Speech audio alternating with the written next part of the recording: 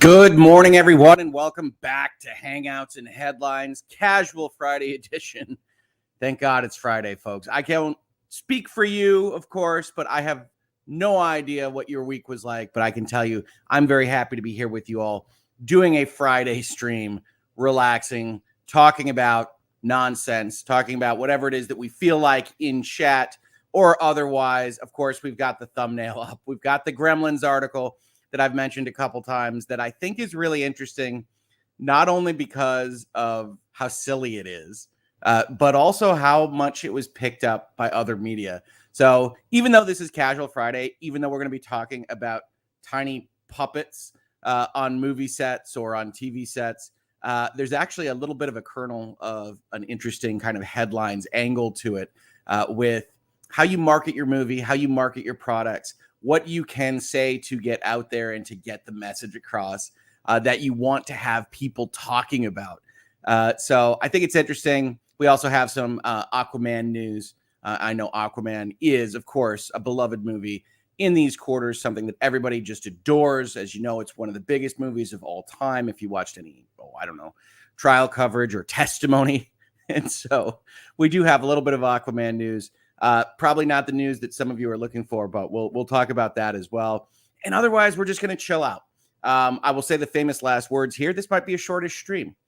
Usually, co-counsel, my wife, says every time I say that, it is the longest possible stream that you can have in virtual legality or in Hangouts and Headlines or what have you. So we'll see how that goes. But I think we've got a few articles to talk about. We've got you guys in chat to hang out with, to enjoy, to relax, to lead us into what is hopefully going to be, for all of you, a wonderful summer weekend. And yeah, I'm just interested in landing this plane, getting through Friday, and having a good time with you all. So with that said, let's take a look at chat. Let's see where you're calling in from. Hey, by the way, Casual Friday, if you aren't used to it, this should be the case for every Hangouts and Headlines. But yeah, chat any questions. Mark them with a Q, mark them with a Hoeg Law. Anything. Happy to talk about basically everything. Today, if you don't know, is Xenoblade Chronicles 3 Day. You don't know, do you? Some of you don't know. And that's okay. We, of course, interviewed the author and my friend of the IGN article review of that game. Very excited to be playing that today. It's not every day that a giant JRPG comes out. And Lucky gifted another 5 Hoeg Law memberships just now. Thank you so much. You were doing this yesterday. I really appreciate it. The support is much appreciated. I hope everybody enjoys their memberships. We're working behind the scenes to get some of those cool emoji things working. Like I've said before, we've never actually commissioned or worked with emojis before, so it's taking us a little bit longer.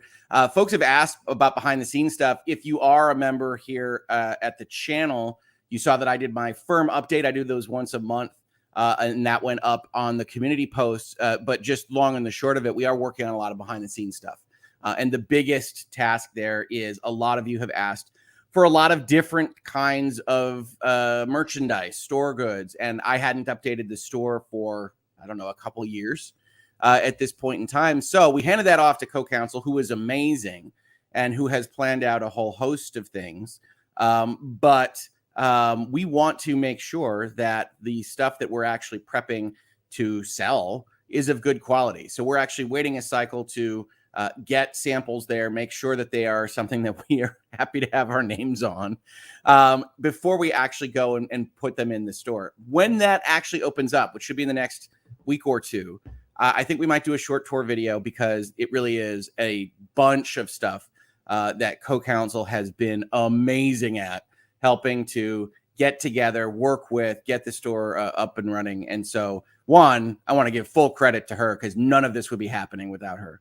And two, there's some reason for excitement. There's a lot of cool new designs and things that I think a lot of people have been asking for that they will like, but we do want to make sure that it's not terrible quality. So we're going to go through that process. We're going to get that up and running. We're also looking to do some more things with podcasts. People have asked to have Hangouts and Headlines in podcast form, maybe just the headlines, which I haven't updated in a while, which I have to do a big update on very soon.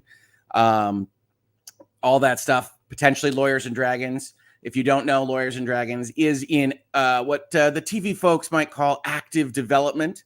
And so we are looking to have a season of Lawyers and Dragons start sooner than you think.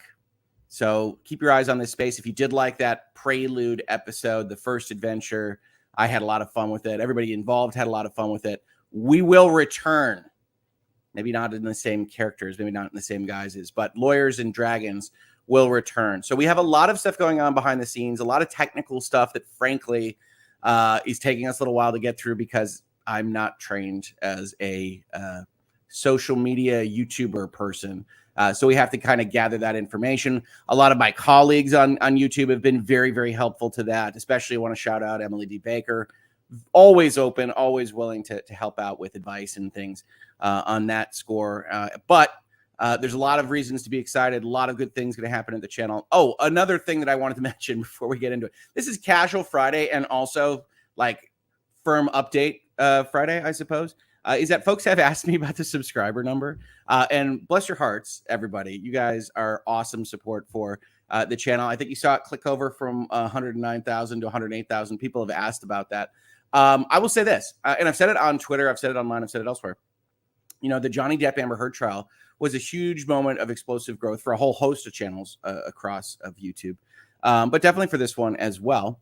And I think there's a kind of natural evaluation of what you want on your subscription service and whatnot. And I don't blame anybody for saying, you know, actually, that doofus talks a lot about Final Fantasy, and I have no idea what a Final Fantasy is.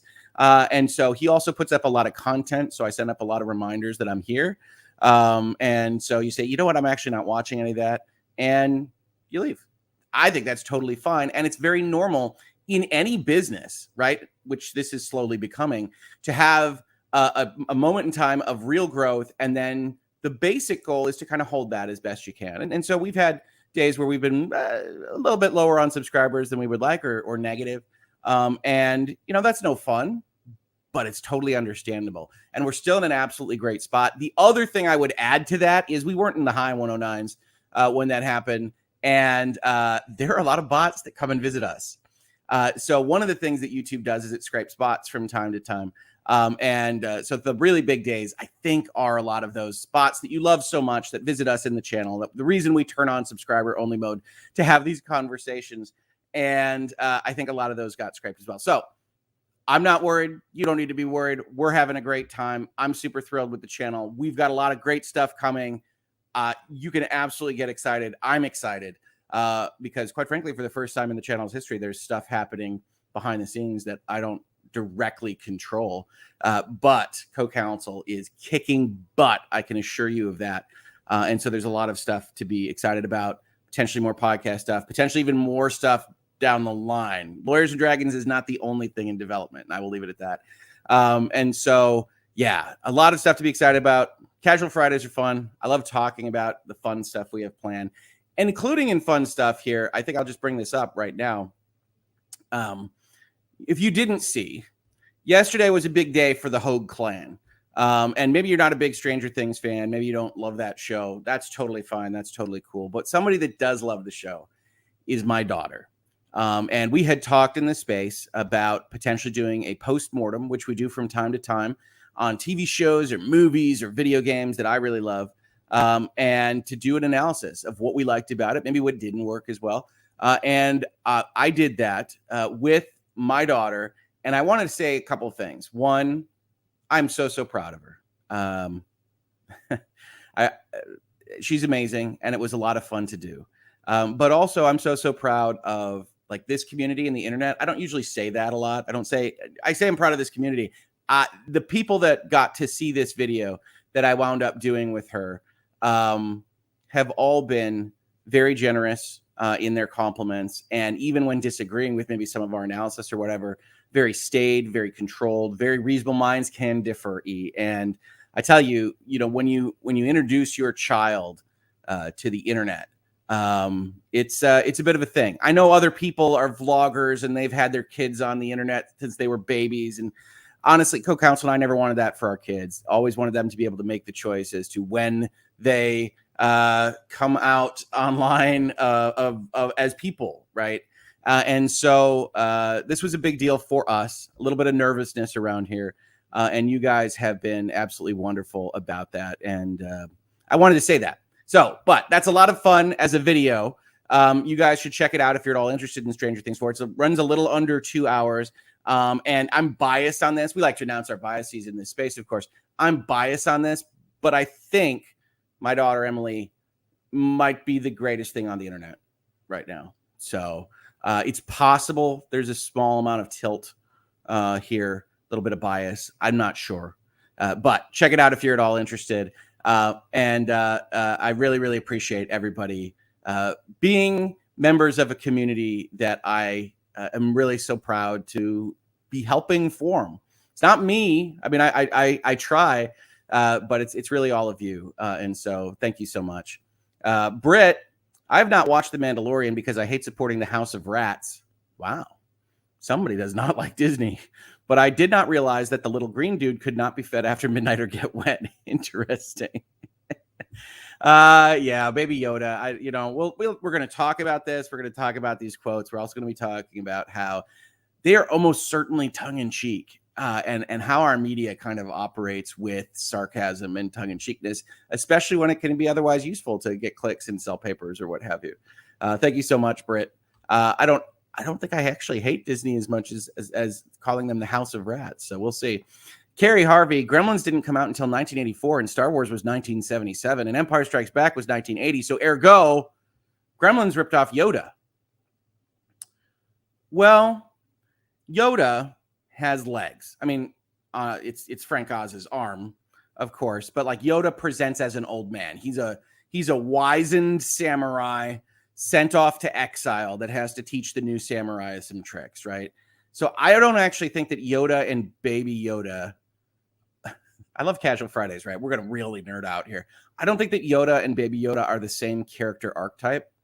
I do think that Baby Yoda and Gizmo share the same portion of your brain in terms of the cooing and the non-talking and the wrinkled nose and that. We'll talk about that a little bit more. You know, Yoda originally presents as a crazy old man, eventually presents as a kind of Mr. Miyagi mentor figure. But yeah, certainly the design of the big ears is the same. So that didn't change. And I know your comment is somewhat tongue-in-cheek, but I love answering it very, very seriously. So thank you so much. Really appreciate it. What else? What else are we talking about this morning? Let's see here. Emily's the greatest of all time. A lawyer said it and they aren't allowed to lie. That's what we're known for, not lying. That's what people always say about lawyers is nobody more trustworthy. Now, in all honesty, our ethics rules are designed to say that we have to be as trustworthy as possible. But the reason those rules exist is because some of us are not. So, yeah, let's see here. My first 3D movie was Jaws 3, if that lets you know my childhood. It's a bit terrifying for a first 3D movie, isn't it? Huh. Interesting. Yeah, Jaws 3D. After watching Gremlins, I had to run and jump on my bed. I was in second grade, saw it in theaters, and my parents were messed up for it. So what I remember from the Gremlins days is that Pizza Hut had a marketing campaign where you could get these little plastic puppets for your hands, like, you know, a toy that you'd get with a kid's pizza or whatever. And I remember having some of those plastic puppets. I remember having a record version of Gremlins, you know, the one that goes like turn page down, bling, that kind of thing. And so, yeah, no, Gremlins I really enjoyed, but Gremlins was that kind of movie when I was really young that was like, oh, that's a little bit too scary. You kind of reflect on that. There's some real horror scenes in that movie. And that's a lot of fun. That's a lot of fun. Claude Simon says, I listened to the first half hour of the review. So far, it's good stuff. Thank you. Yeah, the first 15, 20 minutes, I think, are spoiler-free. We always do our postmortems. We don't do them enough for people to know this rule, so I don't blame anybody. We always do our postmortems, so the first section is spoiler-free. So you can just get a, this is good, this is horrible kind of concept, and we would really like the music or the plot or the character arcs without going into the details about them. And then we switch over to spoiler mode, and I need to grab like a card, especially if we're going to do more postmortems. But let me know how you feel about that. You know, we've been pretty eclectic throughout the run of this channel in terms of virtual legality, the videos on demand, the ones with the musical intros and extras and the disclaimer and everything else. That's obviously the bread and butter of the channel. But we've done impressions of things. We've done postmortems of things. We've done interviews. We've done all sorts of stuff. Let me know if there's anything that you like more or less. And we're still trying to figure out how to integrate those kinds of things with podcasts, which are basically only virtual legality right now. And I don't know if people would be interested in having something like the Stranger Things 4 postmortem in podcast form. So, let me know that as well. But I really appreciate it. Loved the video with your daughter yesterday. It was great. Thank you. It was awesome. Had a lot of fun. What else we got going on here? Mrs. Hoeg Law says, Emily's are awesome. They are. Grogu is a very important character in our household. I like that. That's what a great way to say that. Yeah. I'm actually Baby Yoda, says the Ingot House. I'll have to tell you my backstory to get the original version. Sure. Isn't Yoda just a modified orc? I mean, we'd really have to break down what the orc characteristics are. Is it just that they are green? They have ears? There's nothing about Yoda that makes him an orc in terms of personality. But yeah. Didn't Mr. Miyagi also originally present as a crazy old man? A bit. If you think about the fact that he's just having you paint his house and whatnot, he does present as a little bit crazy, or at least self-serving, right? Because when the Karate Kid kicks into action, it's really when Daniel decides to challenge Mr. Miyagi and say, hey, you're just making me do chores around your house. And then you have that cool scene where he shows that it's defensive poses and things like that. But yeah, Karate Kid. Probably should watch that. Watch Cobra Kai again. I think Cobra Kai comes back in a month. One of my favorite Netflix shows, along with Stranger Things.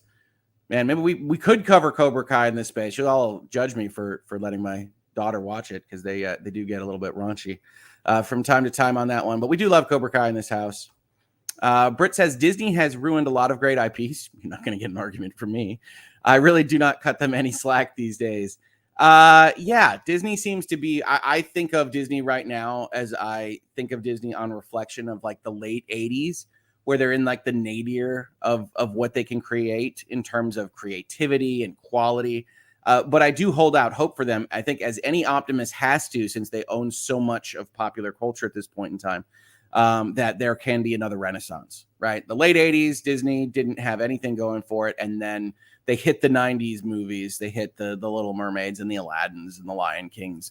And so I really sincerely hope that Disney has a moment of reflection, goes a different direction, because right now I think they have major quality issues. I agree with that. I'm hoping for a rake of redundancies on the executive level at Disney. Want that share price to recover. Yeah, I don't think that they're in good hands with their current CEO. So, I mean, I think we'll see what happens. I think it's obvious that they're not. Disney generally lets their executive management last for a very long time, and that might have to change for what's happening right now. Gremlins look like the gremlin from the show Twilight Zone on the plane. Oh, the guy in the suit. Oh, the gremlin on the plane. Oh man, let's see if can I pull up a picture of that? That would be awesome. For those of you that don't know, Twilight Zone A is one of the best shows ever made. But B, oh yeah, we can show this. Oh yeah, this is good stuff. But B is not known for its high-level special effects from the 50s and 60s. So you do get instances of, let's see if I can just share this right now. You do get instances of like this guy. This is a gremlin from, I want to say it's Terror at 20,000 feet. Oh, Nightmare at 20,000 feet. It's right on the screen, Rick. Come on, get it together. Just because it's Friday doesn't mean you can't read. But it's Nightmare at 20,000 feet. Famously starring William Shatner before he's James T. Kirk. If you love Shatner, he's in a bunch of Twilight Zones. One of my favorites has him interacting with like a psychic table jukebox. I think it's actually a fortune teller. And it's really great because he's hammy, right? But in a good way. He's almost stage theatrical. And some of my favorite stuff from William Shatner is in these Twilight Zones. So yeah, look at this guy. This is a gremlin, right? he looks huggable. Anyway, yeah. Thank you for thank you for that reference. That is awesome. What else we got here? Tiny Trifle. Chucky scared me. Oh yeah. Are you kidding me? Chucky's scary right now. Oh yeah, no. Talking dolls. Again, going back to the Twilight Zone. It's no good, folks. It's no good, folks. There's a reason that the one portion of Resident Evil 8 Village, which is otherwise a mediocre slog, I'm sticking to it, is remembered by folks, is the doll house, because that stuff is ridiculous. So yeah, Chucky's scary. Absolutely. I love Gremlins and Gremlins 2. Not so stoked on the cartoon reboot, but you know about it, like Captain Jack Sparrow, which is one of the things that happened in this article. So we'll talk about that. Yeah, I don't know, cartoons. We'll see. They can be great. I love Arcane, but they can also be awful. Where can you find those sorts of audiobooks, like the turn the page with the record player? I've been dying to find one for my nieces. I have no idea. eBay? I mean, like, if you're looking for one that actually works like it did back in the day, I mean, you'd have to go and find one from ages ago, because I remember the little pictures. Gremlins is interesting because it was marketed to kids. It had puppets and Pizza Hut. It had those record things. And it is basically terrifying to everybody like under the age of 10.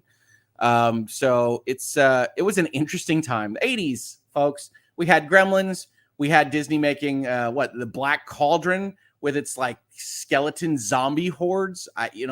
Which I love, by the way, but my goodness, there is a certain amount of like dark fantasy in the 80s. Dark Crystal, man, those guys, the freaking Skeksis, that really I miss today, because I think there is a certain fun of having a bit of edginess to what is otherwise kind of a family friendly program. And I say edginess in terms of like actual fantasy darkness, not, I don't know what you might think of as edgy today. But yeah, I miss that a little bit. What else we got here? The Stranger Things analysis with your daughter was fantastic. Thank you. I watched the show with one of my adult offspring, and we enjoyed very similar conversations. Postmortems are great. I highly recommend them for anybody that's into stories at all. I've loved them forever. I have a vivid memory of talking to my dad, Papa Hoeg, who sometimes pops in. You've seen his face.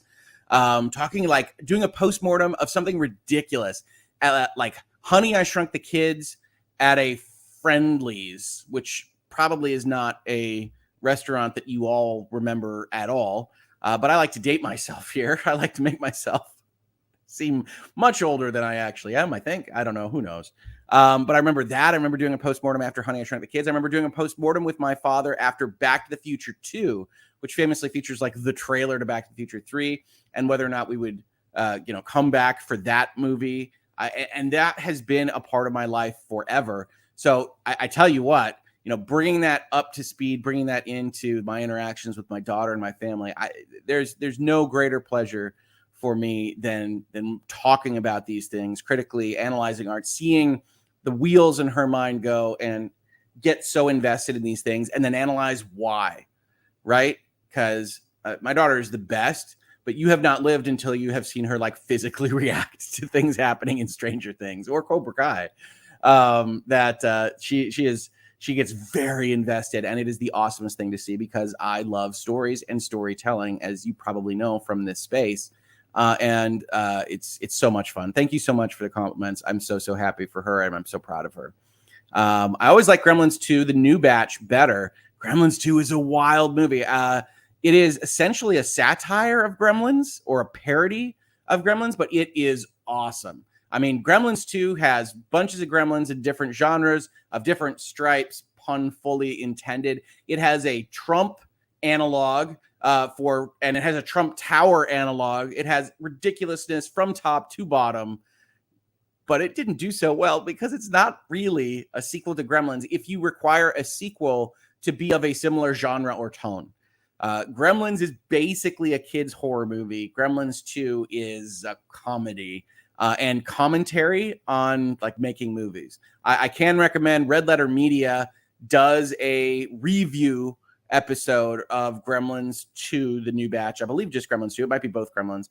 And their reviews are a little less. I know some people don't like them, but they're a little less over the top than some of their other stuff. It's essentially their fancy show. Not that they're a terribly fancy crew, but they do a wonderful job kind of going over that, talking about commentary and things like that. So I do recommend checking that out if you haven't seen it.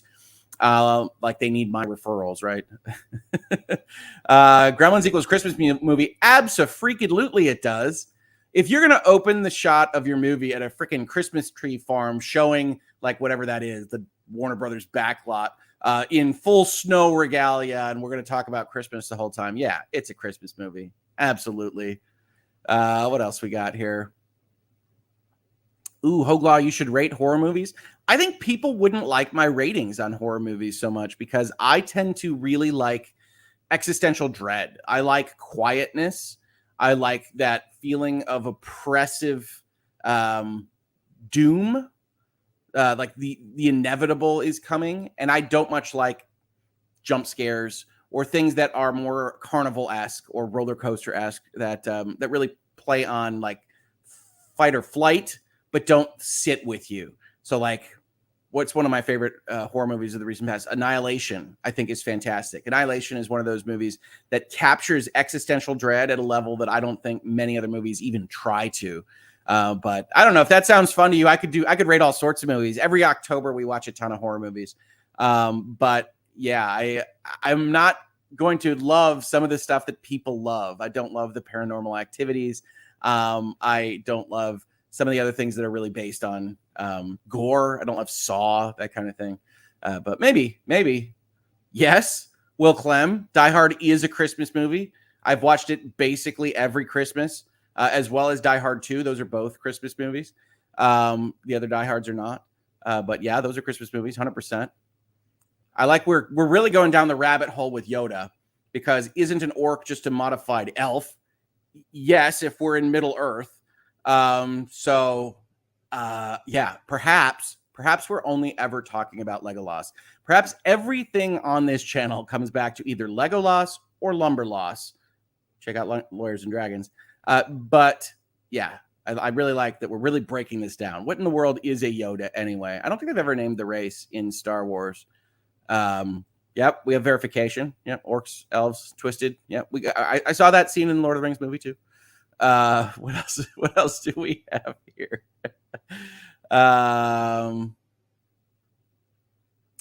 Disney buying Marvel was like Oprah gifting the superheroes their own movies. You get a movie, so let's get a Squirrel Girl movie.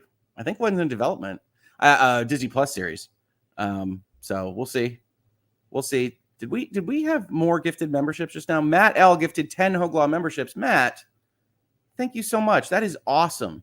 That is fantastic. Welcome new members. Thank you so much, Matt L. I do wish, as if you don't know, my StreamYard can't pop these up on screen. So just know that I'm very thankful for that. I really appreciate it. I try to see them when they go by. Captain Kirk on a plane. Absolutely. You got Kirks on a plane. Better than snakes on a plane every time. Check out Twilight Zone, folks. It's really awesome. I think you can see all of the Twilight Zones on Paramount Plus. It's kind of hard. It's getting hard to remember what streaming service has whatever it is you're looking for, isn't it? But I think it's on Paramount Plus. Yeah, so you can tell where I am in time here in the chat because I'm just going through them and having fun with y'all. Twilight Zone and Outer Limits is awesome. Outer Limits, where Harlan Ellison wrote an episode that got stolen for the Terminator. Harlan Ellison, the one I think of is the one with the glass hand, the one with the fingers. Is that Harlan Ellison? My dad, if he were watching this, he'll probably make himself known, would know this 100%. I'm not sure there is any bigger Harlan Ellison fan on the planet Earth than my father. And he talks about City on the Edge of Forever, the famous Star Trek episode, like all the time. William Shatner in the Twilight Zone. Absolutely. Yes. Chucky was terrifying. He's up there with Stephen King's It for me. Oh yeah, I was Tim Curry. Tim Curry still frightens me. Dolls and Clowns equals terrifying. I love the old Twilight Zone. Lots of scares, but only in your mind. Yeah, it's that twist. It's that existentialism. It's the, oh my God, what if that happened? You know, I find like Time Enough at Last, which I won't ruin for people, as one of the great Twilight Zone episodes because you just feel it. And it's not technically scary at all, other than kind of the societal angst about like nuclear war. So yeah. I didn't even watch Gremlins, but there was enough in the public consciousness to scare me as a kid. Sometimes I think that's worse. Where if you see a Chucky commercial or if you see a Gremlins ad when you were a kid and you just imagine, oh, that green thing looks creepy. And like, you're like, oh, what are the things that they could do to people in that space? I think it's worse. Yeah. So I totally get that. This is why I have trust issues with movies and why I'm terrified of kids' movies like Wizard of Oz and Willy Wonka. Yeah, Willy Wonka has some scary stuff. That boat ride, is it raining? Is it pouring? Yeah, it's that's good stuff. There was this edge.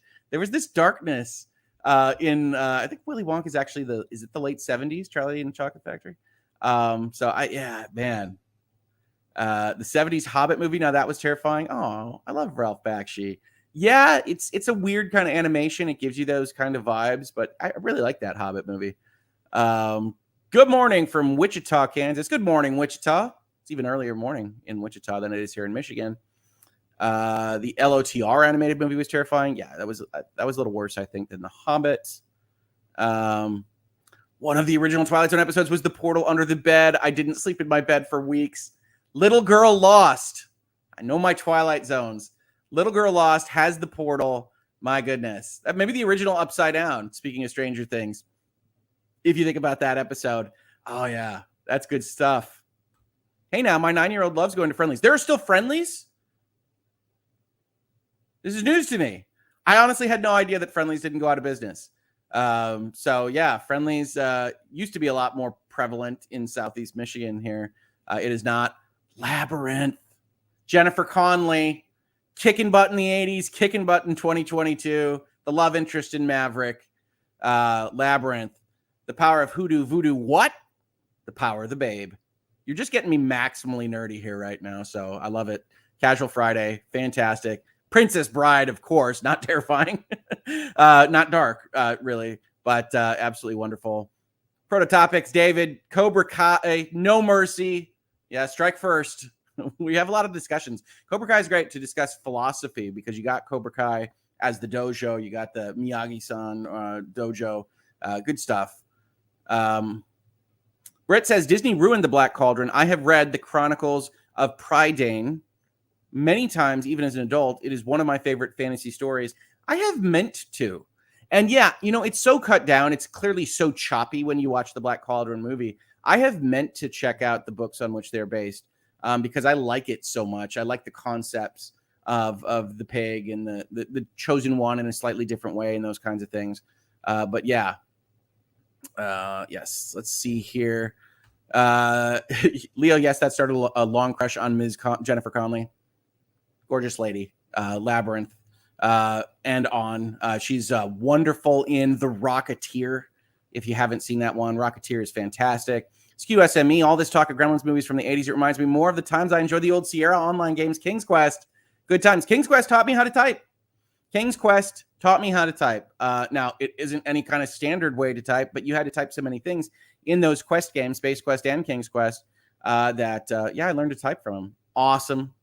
Hoeg is a Hitchcock fan yet? Then, yeah, absolutely I am. Just watched Rear Window with my daughters, as a matter of fact.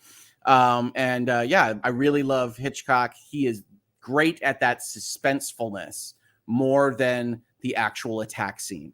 And that is what makes horror and things work. I'm going to have to go a little bit further on. You guys are chatting up a storm. This is fantastic. We got, Secret of Nim. Secret of Nim. That's that 80s darkness. Secret of Nim. I love it. I'm going to go on an 80s bender this weekend with just like all of these kinds of child fantasy, dark things. Absolutely wonderful. Willy Wonka is fully a horror movie, Uncanny Valley-ish. Yeah. Well, certainly the new one is. We've talked a lot about Johnny Depp in this space. That is not a good film, and that is freaky. So I don't recommend that. Let's see here. What else we got here? All the Friendlies near me in Virginia closed. I thought they went out of business too. They pulled out of Michigan. I'm behind, but you went to Friendlies. My mom and I split a clam bladder there every couple of weeks until they fell apart. Yeah, we went to Friendly's a bunch when I was a kid. We went to a bunch of other restaurants that didn't make it really either. And then, this during the pandemic, we lost a bunch of our current restaurants. All of it's sad. The Rocketeer. These companies keep rebooting all these movies. Now, that is a movie that needs an update reboot. So I have to level with you here. The Rocketeer got rebooted. It's called Captain America, the First Avenger. It's the same director, same tone. That movie is a Rocketeer homage, if nothing else. But The Rocketeer is a fantastic movie. The Rocketeer is dear in my heart. Loved when Adam Savage did a video on the props from the movie. I haven't seen that. Oh, I'll check that out. Absolutely. Vertigo is my favorite movie. Vertigo is great. North by Northwest. I actually like a little one called Rope that people don't talk about a lot. But Rope is one of my favorites. It's set like a stage play. It goes through all of this suspense. They're trying to hide a murder victim during like a cocktail party. It's really, really good stuff. I think our 80s nostalgia trip this morning is a good demonstration of why Stranger Things hits all the marks. Yeah, although I think Stranger Things gets a bum rap for being just an 80s pastiche, it definitely has those elements, but it fully stands on its own. There are things that go and just try to strike 80s nostalgia chords that don't tell a good story on their own. Stranger Things is not one of them. And yeah, seasons 2 and 3 are maybe not as strong as 1 and 4. But by the time you're hitting season 4 and it recontextualizes everything and really makes it feel like a whole, which you can see in my postmortem, I think it might, if they land the plane, if they can hit Stranger Things season 5, it might go down as one of my favorite things ever made. So we'll see. We will see. Rate the horror movies Creep and Creep 2 from 1 to 10. Have not seen. There are things in the world that I have not seen, so I don't know those ones. So I apologize for that. But I would rate them if I had seen them. I will bet that Creep, the original, is better than Creep 2. I don't know, though, since I know nothing about them at all. I did not enjoy It Follows. It's interesting. I like It Follows, but not really as a horror movie. I think it's a well-done kind of film with character beats, but I don't like it as a horror movie. And I definitely didn't like some of the stuff with like the pool and things. We got a lot of people talking about Friendlies just in general. And all right, we're caught up. So let's do some articles right now. We will get back to, I don't know, just talking about Friendlies and Gremlins and horror movies and things that scared us as kids in Twilight Zones when we get done with this. But I do want to talk about this a little bit because I think it's really interesting. So as I promised, we've got the following headline. Gremlins director says Baby Yoda is completely stolen from classic film. This headline is a good bit of, I don't know whether you want to call it clickbait or what have you. This is said. It's not really the focus of this article. This is from the San Francisco Chronicle.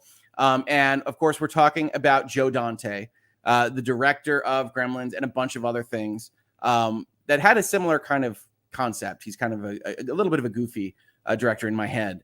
He says Joe Dante isn't thinking of suing Disney and Lucasfilm, but he believes Gizmo, the fuzzy little star of his 2 Gremlins movies, here you see him, has been, let's say, an uncredited inspiration. Now, nobody tell Joe Dante about Furbies, okay? Because when we're talking about things that were inspired by Gizmo and Mogwais, the race of Gizmos, Furbies are obviously Mogwais. But they start out, Joe Dante isn't thinking of suing Disney and Lucasfilm. That's interesting in and of itself because nothing in this quote that we're about to look at seems remotely like anything is even, he's even angry about this. I think the longevity of the films is really key to this one character, Gizmo, who's essentially like a baby. The legendary horror and science fiction filmmaker said with a wry smile during a video chat ahead of his appearance in San Francisco, which brings me, of course, to the subject of Baby Yoda, who is completely stolen and is just out and out copied, shamelessly, I would think. Now, I put a little spin on that when I read that quote just now, but I also put a spin on it in my head when I read this article. So this is the original article. We always try to find where the stories come from before we like go into other reporting on reporting. This is the original story. It's the San Francisco Chronicle. It's a special section they have called Date Book. And all of this reads to me as someone that is essentially just having a laugh, right? Gizmo is really important, obviously. Gizmo very popular. And then, which brings me, of course, to the subject of Baby Yoda, who is completely stolen and is just out and out copied, shamelessly, I would think, is using that kind of extra verbiage to indicate that this wry smile, to me, extends through this quote. So you read this all together and you say, okay, This is someone that is saying maybe there's a kernel of truth here. They have similar characteristics. It's people like babies. It's really no great philosophical or psychological breakthrough. Folks like babies in general, especially if they don't have to take care of them themselves and they're just kind of passing by. And so Yoda and Gizmo, they need to be taken care of. They coo. They make noises. They have big faces. They have big eyeballs. They have big ears. And so I think that's right. But I don't think this is actually, a slam. And I use that term specifically, as we'll see in a second. We're not going to go through this whole article. This is just exactly as it's presented. This is all you're going to get for any headline you saw, anything in your timeline, anything on social media. It is just this quote, because this article is actually about something else. Here's Yoda. Hey, Yoda. Looking good, big guy. Dante's not one to hold a grudge. HBO Max will introduce an animated series this fall, Gremlins, Secrets of the Mogwai, featuring the voices of Ming-Na Wen, BD Wong, and James Hong. Dante, who is a consultant on the series, attended the prestigious Annecy International Animation Film Festival in France last month for the world premiere of the first episode. And I read it that way because this is the goal, right? This is the information that Joe Dante wants you to take out of this. This is why he's out there doing this, is that he is trying to communicate to you in such a way that makes it known that this thing that he is helping make right now is out there. It's going to be a thing. And then he gives some interviews, which I'm not saying are illegitimate, right? This is marketing. Marketing doesn't mean lying always, but that's the purpose, right? So he says, hey, look, the Gremlins are somewhat different than the run-of-the-mill movie. They're offbeat in a way that I think is one of the reasons that they're still popular. He's trying to advocate in this particular instance because he's doing kind of a film festival thing that people of his generation loved movies because they saw them with an audience, and then also selling this film festival type thing. Here, Gremlins and Gremlins 2 with director Joe Dante in person. You can see Saturday, July 16th, the past, in San Francisco. Here are the tickets, selling that. But this is what's important, right? We do this kind of wry smile joke statement. It gets reported in text where you can absolutely read it as specifically angry about this, right? You can read it as, which brings me, of course, to the subject of Baby Yoda, who is completely stolen and is just out and out copied. Shamelessly, I would think, instead of how I read it to begin with. If you want to. Either way, once it's reported in text and you tie it to what your new project is, strange things happen, right? Like CNN reporting on it. Gremlins director thinks Baby Yoda was copied from Gizmo the Mogwai. The two aliens, objection, Gizmo's not an alien. Is Gizmo an alien? Who thinks Gizmo is an alien? Gremlins is kind of, they go and get it from a curio shop. It seems to be kind of a spiritual animal thing. Now, on the other side of the coin, the Gremlins birthing sequences when they are actually birthed after being fed after midnight do look like alien pods. They look like the pods from the movie Alien.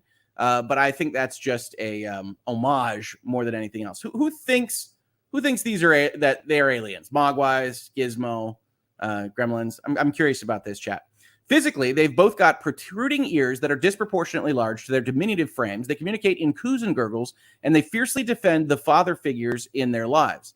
Yeah, Gizmo ultimately has a Rambo homage, but I will spoil that. It's not clear whether Grogu goes bananas if he's doused with water, though his predecessor Yoda lived on the swampy planet of Dagobah and only went mildly mad, so he may not share this with Gizmo.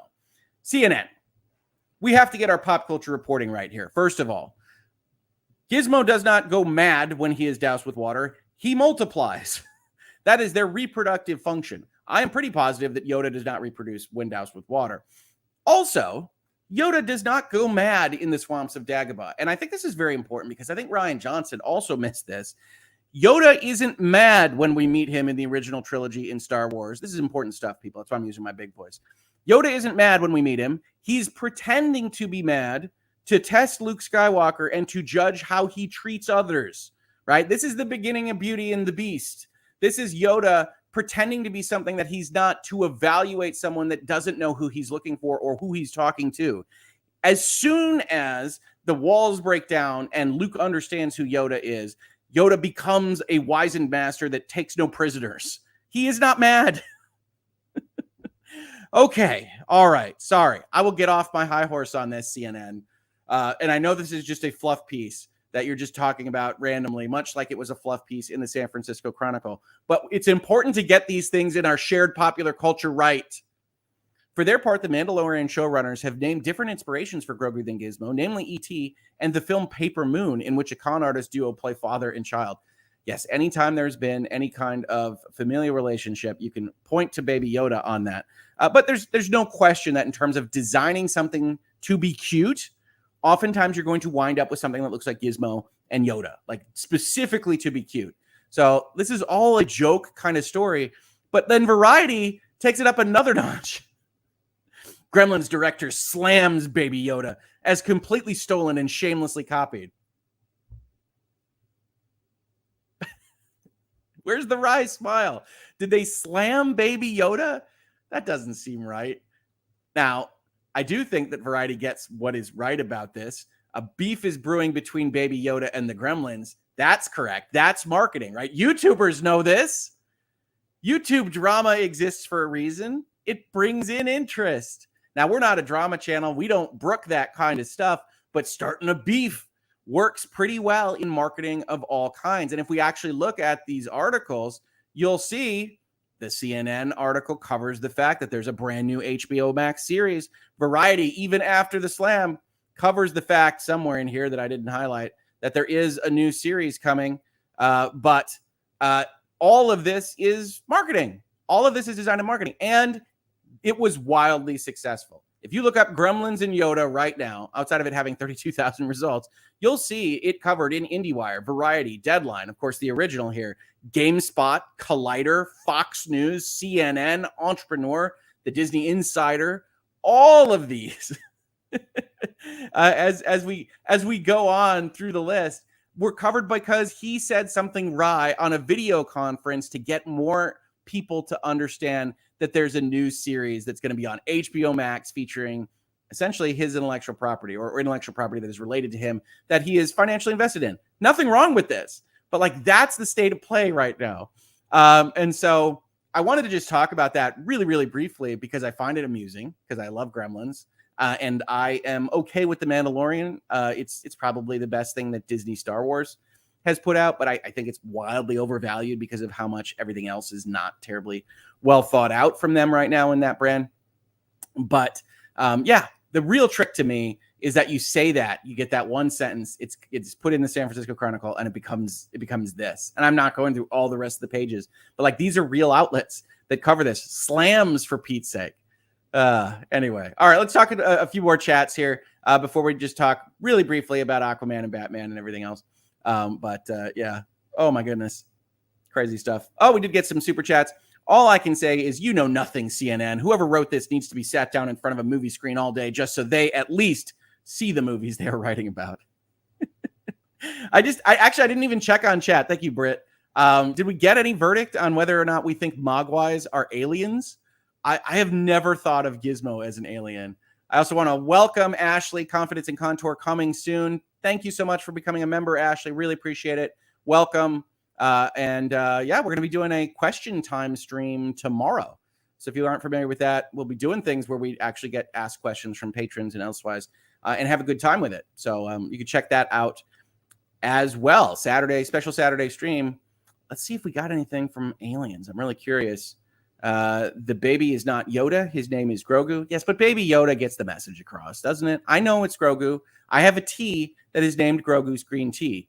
But I think, Baby Yoda is easier to explain to someone that doesn't watch The Mandalorian. What else we got? 80s kids are messed up for a reason. Disney already kind of ripped off Gremlins 2 years after it came out with Flight of the Navigator. I love Flight of the Navigator. You think that relates to Gremlins? Flight of the Navigator is a really interesting one. But I've never thought of it as being of akin to Gremlins. See, Swampy Planet, Yoda is totally an orc. He didn't start there. Yeah. What else we got here? Thing is, I remember Gremlins being a demon used in English propaganda in World War II. No kidding. I have not heard of that particular use. Not alien, says Kelly, with the right answer here, I think. Seymour. Yes, Little Shop of Horrors is a good one. Never Ending Story was a really great read as well. I love that movie. Talk about existential dread. The Nothing is crazy. I think that's actually referenced in Stranger Things now that I think about it. It's been too long to remember where Gremlins came from. Okay. More hard-hitting CNN reporting. No, definitely Terran, which I love as a reference to people from Earth. Nope, not aliens. Facts not in evidence. Never thought of them as aliens. My favorite shows were almost always Twisted. Yeah, I was trying to get him to talk about Never Ending Story. Yeah, like I said, The Nothing is really interesting. I have talked about that horse. I have been told that I'm not allowed to use the horse references in this space because they make people too sad. So yeah, we got to be careful with the Never Ending Story. Verdict: they are not aliens. Okay, good. All right, fantastic. They are monsters, not aliens. Definitely, although you can be both. Right? There's a Venn diagram there. The xenomorph is both monster and alien. Gremlins are monsters. Absolutely. Mitchell Johansson, look up the child show Pompel Og Pilt on YouTube right now. It's honestly traumatizing. You know, I'm going to take a pass on honestly traumatizing right now for Friday morning, but I will keep it in mind. Maybe an alien as not from here, not interplanetary. Well, I mean, they certainly don't have their citizenship, I think, when they arrive. But then, actually the Gremlins are born here in the United States. So maybe we'd really have to break that down. We'll do a legal analysis. We'll do a legal analysis of the citizenship status of Spike and his gremlin hordes. There's a video for you. Click on that. Are gremlins illegal aliens? That could go a bad direction, I think. Gremlins are not aliens. I love Flight of the Navigator. So do I. You got time travel. You got family heart. You got, I think Pee Wee Herman is the voice of the ship. It's crazy. Hoeg, you forgot Watership Down and Wizards. Frightening. There's a lot of frightening animation in the 80s. Absolutely. There's a whole musical number in Stranger Things about it. Never Ending Story. Yeah, they sing the song. That song is very singable. Google it. Apparently they are aliens, says someone here. Just lost it. I've never thought of them as aliens. I just don't know if this is retroactive or not. I'd really have to look into it. I remember reading like Gremlins novels when I was in elementary school. But I'd have to really consider it. In my headcanon, they're not aliens. So we'll see. But I appreciate this if somebody does say that they are and where that comes from. I missed the story. Was it mostly about the ear shape and general size? Because that's the only thing I can see that's similar. It's not really said at all. It's all people positing why they're similar. But he basically says it's like a baby and it coos, and that's why they are similar. I mean, they have ears. They're shaped like babies. They're designed to be cute to human eyes. That's what you're going to get, something like that. Falcor was a luck dragon, Never Ending Story. Now, I wonder whose character in Lawyers and Dragons was named Falcor and what I might have been referencing. 14th Amendment says Spike is American. Technically, it depends on whether he has humanness and sentience or not, right? Because, cows born here aren't American citizens. We'd have to get into a whole deep didactic. Could be a fun video, but yeah. Let's see. Flight of the Navigator just has a samey-looking star who made a cute alien sidekick friend, though it was not the focus of the story. Yeah, Flight of the Navigator has all those 80s elements, certainly. Mogwai is literally a Cantonese word for demon or monster. I am learning so much right now. It is? I always thought Mogwai was a cute kind of word. Huh. No kidding. All right. What else we got here? Watership Down was my favorite book as a child. That's serious stuff. Wizards is in no way a child's film. Cartoons, man. Cartoons in the 70s and 80s, they got away with some stuff that mom and dad didn't know what was being animated there.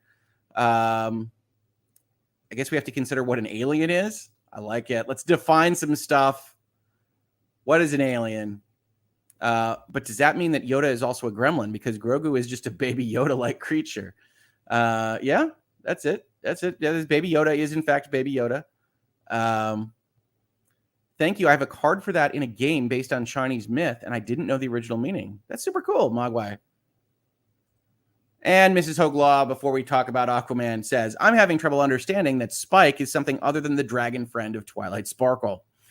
Of course, referencing My Little Pony, Friendship is Magic. Spike is a dragon voiced by John Delancey, of course, of Q fame from Star Trek, who I can only ever hear when I watch My Little Pony. And yes, I do. It's not as bad as you might otherwise think. But yeah, Spike is the bad gremlin, honey. He's the bad gremlin because he has a spike.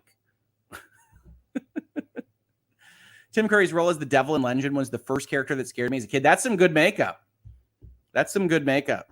Yeah. Well, in fairness, that Tom Cruise's role in Legend is the first time I was scared of Tom Cruise. So we got that in common. All right, let's look at some of the rest here. Pretty short, but it's worth kind of commenting on, I think.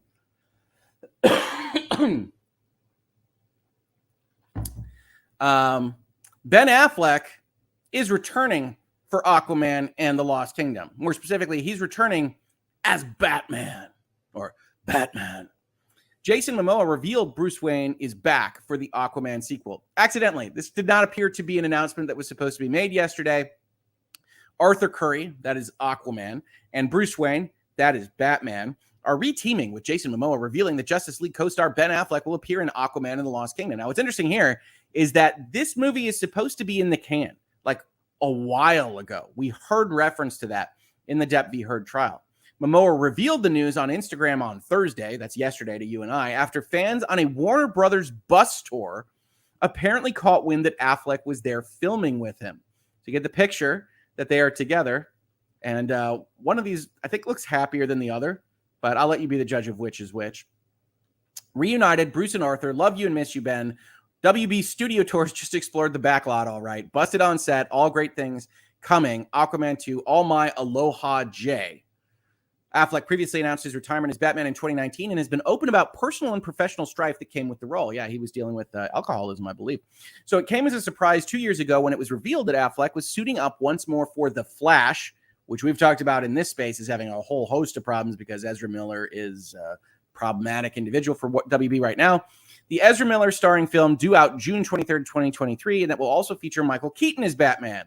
Yes, folks, we're in the world of the multiverse. So when you see Ben Affleck as Batman and Michael Keaton as Batman, they're going to be different Batmen. If Val Kilmer could do it, he'd probably be there. If George Clooney had any desire, he'd probably be there. But they don't. So they got Michael Keaton and Ben Affleck. It was assumed that would be Affleck's final time in the role, but now he is poised to return earlier with Lost Kingdom arriving March 17th, 2023. Now, interestingly, as far as sentences go, this one is written oddly. Because it was assumed that would be Affleck's final time in the role, but now he's poised to return earlier. That the but here isn't a but. It isn't a contradiction. You can still have your final time in the role be June 23rd, 2023, if you're coming now in a movie that releases earlier on March 17th, 2023. Just kind of a weird way of making a sentence that doesn't make much sense to me. But the point is, Ben Affleck's back, right? And Ben Affleck is back as Batman for Aquaman sequel, as shown in Deadline and The Hollywood Reporter and everywhere else. And Aquaman's a movie that's been on some people's lips, right? As we talked about earlier in this space, there is no Amber Heard being shown with respect to Aquaman at all. Now, they haven't said that they're getting rid of her. In fact, I doubt that they will. But this petition to have her removed from the movie keeps getting bigger. And a lot of that has to do with the trial, where a lot of people, regardless of what Bot Sentinel tells you, came to the conclusion that she was, in fact, engaged in domestic abuse and that she should be removed from the movie as I guess, penalty, and they don't want to see her in this film. So that's happening. And, of course, now that we have the announcement, the joke is easy enough to make. And, of course, I am not too big to make that joke. Man, that's quite the replacement for Mira and love interest. Arthur Curry, Bruce Wayne, Aquaman, Batman, could be a new thing for the Justice League and for Warner Brothers. Who knows? But yes, a number of other people had that exact thought when obviously all this is going along with Amber Heard. It'll be interesting to see what they do. I, again, as you probably heard, if you watch the trial coverage, I enjoyed Aquaman. I think it is a fun, goofy B movie. But obviously, it's got its issues, and we'll see what happens with Ben Affleck and everything else that's going on with Warner Brothers and DC Comics. Sometimes it seems like they don't have any idea what they're doing. So I just wanted to cover that article real quick because I think it's funny. And I think it's an interesting kind of turn in what's going on with their series there. So Gremlins, Mogwais, Mandalorians, Batmen, Aquaman. Yeah. And I love Ben is such a mood. I saw here. I lost the comment, but yeah, it's like, what? You don't look thrilled that you're in this photo now being put up on Instagram. John Delancey is Discord. Spike is a different character. Oh my God, you're right. But he's still a dragon, isn't he? Okay, so I apologize. My Little Pony's lore has let me down today, and I want to give a sincere apology for that. You're right. He is Discord. That is still a dragon, though. I want confirmation on that. Yeah, Spike's the cute little dragon. Spike, Gremlins, My Little Pony. No, Spike is from Buffy. It's true. Very different character than the ones that we're otherwise talking about. Although I think Spike the Gremlin and Spike the Vampire share a certain commonality. Spike will always be Spike from Buffy. Team Spike. He was bad for her. She was bad for him. We're not going to get into a debate about Buffy and Spike here. We really don't need to go down that road. My Little Pony is one of the better kids shows, I think, is how this finishes. It is. It's well done. It has kind of epic arcs. It does more stuff with its lore and its magic. Generally has good messages. It's good stuff. It's good stuff. Spike is totally from Buffy. Alien is somebody or something who is a foreigner and not the band either. Yes, if you want to press me on, they didn't say space alien, we can have that conversation. But I think when you have as part of your reference point Baby Yoda, and you talk about aliens, and you try to equate Gizmo with Baby Yoda as having that in common, then you are cheating with your rhetoric. And I will stand on that. I will die on that hill. You couldn't feed them after midnight. So at what time could you safely feed Gizmo? So if you haven't seen Gremlins 2, the new batch, you get this kind of conversation in there where they're like, well, how does that rule work? It's always after midnight. And how did time zones come into play? Like there's a whole set of conversations. Like I said, it's a parody and satire of what Gremlins is. It is a mystical fairy book set of rules, right? And that's what it's designed to be in the first movie. And then, yes, the sequel kind of takes it to task on those kinds of things. Absolutely. What? Batman and Aquaman, does that mean scenes are being changed to remove Amber Heard? See, this is what everybody thinks. I don't believe so. Although it is worth noting that it's Thursday, July 28th, 2022, when the movie was supposed to finish filming like a long time ago. So they're clearly doing some pretty significant reshoots, including having a new Batman involved. So question mark. I think at bare minimum, her role will be severely reduced, but I don't know anything else from there. What else we got? Hoeg Law, got to correct you, Hoeg. Oh my God, my lore is failing me. This is correct. Bad Gremlin in the first movie is named Stripe, not Spike. And just to be clear, in Gremlins 2, there isn't a Spike either. There's Mohawk, Brain, Gremlin. Yeah, it's Stripe because it's the hair. It's Stripe. All right, I give up, folks. Everything I have said today, just toss it in the bin, except for 20,000 feet. That Gremlin is the real deal, and he looks huggable. So yes, we've got Stripe is not Spike. Discord is not Spike. I think what we've learned is that everybody isn't Spike. There's only one Spike, apparently, and it's Buffy's Spike, but Angel was better, and I'll stand by that. Yeah. What else have we got here? That's such a lawyer thing to point out. I think probably on the aliens. Does Ben Affleck need to come back? I don't think Ben Affleck needs to do anything. But yeah. Let's see what else we got here. I'm boycotting all of Warner Brothers and Disney. All right. Yeah, absolutely. I mean, yeah, that's definitely your prerogative. What else we have? After midnight. Reasonable minds can differ. I was not impressed by Aquaman, laser sharks. See, that's exactly the opposite sentence for me, right? How do you finish with laser sharks and not say, you know what? I haven't seen that before. Aquaman is crazy. I think there's a text chain between me and my wife while I'm watching this movie by myself for the first time because she didn't want to watch it and I got it on home video. And I'm like, this movie is nuts. It is absolutely nuts. From the seahorses to the sharks to the scene transitions to everything that takes place in the treasure hunt to a man dressed up as like a giant bug and plasma things blowing up mountains and everything else. The movie is absolutely crazy, and I think we need more of that dose of crazy. Things get a little bit too staid if you're constantly eating at the Marvel Diner. Britt Cormier, here is the case that gremlins are sentient. They play poker. It's true. They laugh at others' harm. They can read English. Few examples of higher thinking. Yeah, could be. And then you get into a question of the citizenry. Absolutely. They definitely play poker. That's pretty good. It's a pretty good argument. They should find a role for Johnny Depp in Aquaman since they're reshooting. I'd go just to see that. Johnny Depp as Batman. Be Johnny Depp Batman from a different universe, along with Ben Affleck and others. Yeah, good stuff. There's a spike in Hook. All right, we got other spikes out there. Geek card revoked. You know what? I think it can be suspended for today.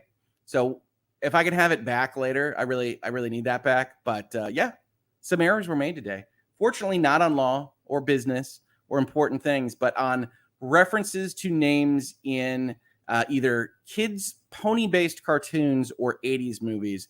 I will accept that I did not nail it today. As I've said in this space a lot, I'm a human being and I make mistakes. And that was really shown in the specifics. Oh my God, Papa Hoeg is in the house. Dad, I will find you. You don't have to super chat me, but I really appreciate it. Gremlins is fantastic. At the time it was made, even better. Watch it while wrapping gifts at Christmas and you'll have a great experience. This is great. You can put this on the box, Dad. Yeah, I love Gremlins. I love it. I love that the Papa Peltzer is like a weird inventor person. I thought this was like an actual job when I was a kid. I was like, oh, that would be a fun job to have. I go and like invent things and I sell them. And of course, they're like always broken in Gremlins. But as it turns out, not really a job. So that was kind of a bummer for me as I grew up and realized that. But yeah, Gremlins is a wonderful movie. Has a lot of great music. You get that yeah from there if you've ever heard that before. And that's a lot of fun. And if you really like parodies and satires, the sequel it breaks the fourth wall. It has Hulk Hogan. It has a bunch of Trump send-ups from that era. So it's a good time. Papa Hoeg is in the house. Everybody's loving the appearance, Dad. Good to see you. It's been a little while. Much appreciative. Yeah, see, Gremlins at least were born in the U.S. Again, are they animals or are they worthy of citizenship? Like we have to get into precedent.